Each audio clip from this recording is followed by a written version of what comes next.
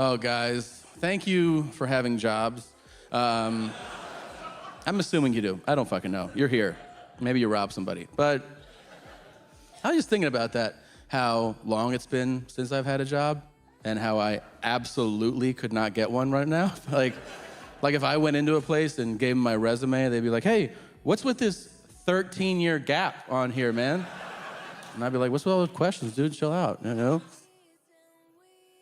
I mean, if I had to get a job, I think I would just go for a job where no one knows what the fuck I'm talking about, so I could just make shit up. Because there's a few of those, like the spokesman for an arson investigation.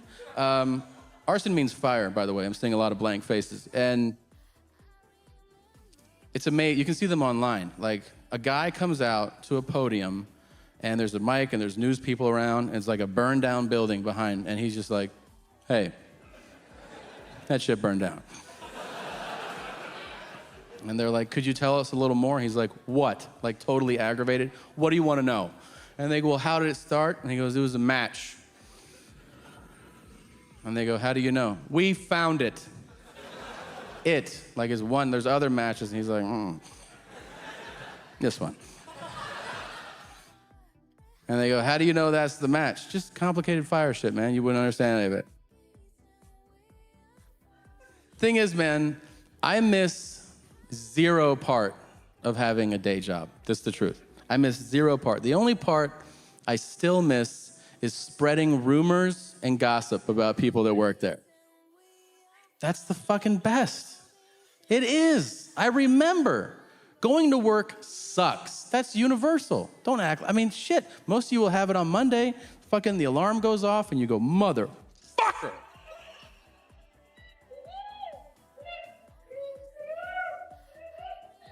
Today's gonna suck!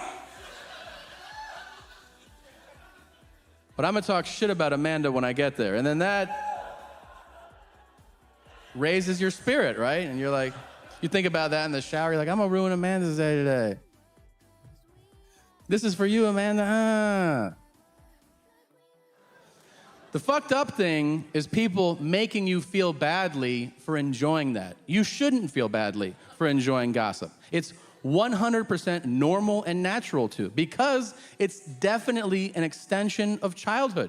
Because all of us, when we were kids, and all kids now, for a certain period of time, the worst storytellers ever, okay? You don't know shit about editing information, enhancing things, keeping people's interest. So look, you don't have to have a kid to know about this. Talk to any kid, a friend's kid, a niece, a nephew. It's when you go to a kid, you go like, hey, were you outside? And they go, yeah. And you're like, why don't you dial that back? That was crazy, okay?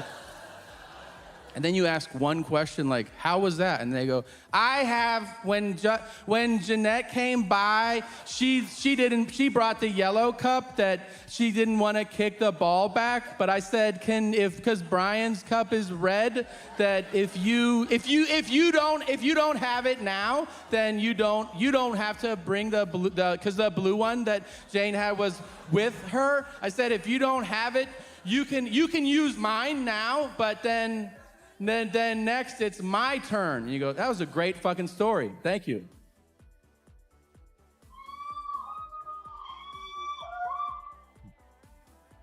Jesus.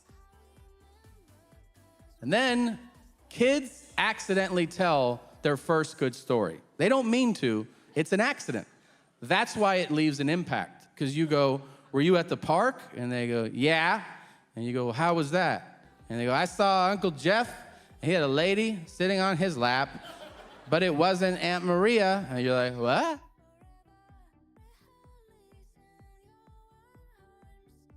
And the kid's like, shit, I've never seen that fucking face before. And you're like, that's a good story. Go find more stories like that.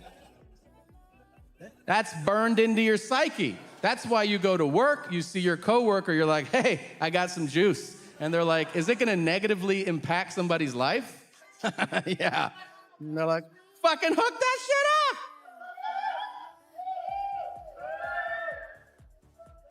I've spread so many fucking rumors. My favorite part about rumors, nobody verifies shit. somebody says something once, and you're like, cool, I'll roll with that forever. Thanks, man. Like, they're like, are you gonna fact check that? And you're like, wow, you said it out loud. I don't have to check anything out. Like, it's now a fact, so whatever.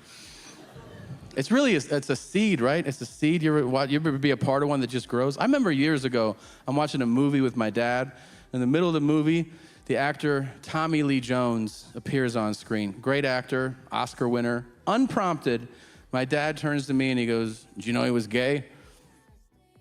And I was like, "No." Yeah. Now, it doesn't matter, and I don't care. But I decided I would tell everyone I ever met for the rest of my life that Tommy Lee Jones is gay. I told a lot of people.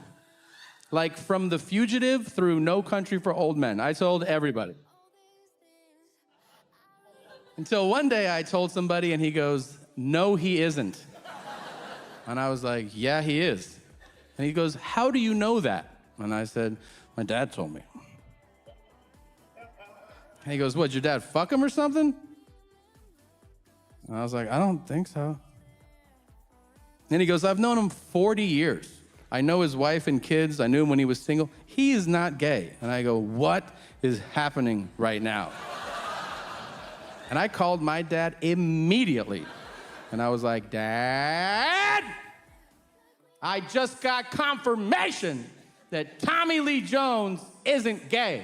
And my dad goes, "Oh, I thought he was." Okay. Is that the end of your investigation? Are you fucking serious? Why did you tell me that? And he goes, "I don't know." I said, "Did somebody tell you?" He goes, "I can't remember." I said, "Have you been telling everybody for 15 years that Tommy Lee Jones is gay?" And he goes, "Yep." And I go, "Don't you think we should stop?" And he goes, "Now we should." Made that shit up.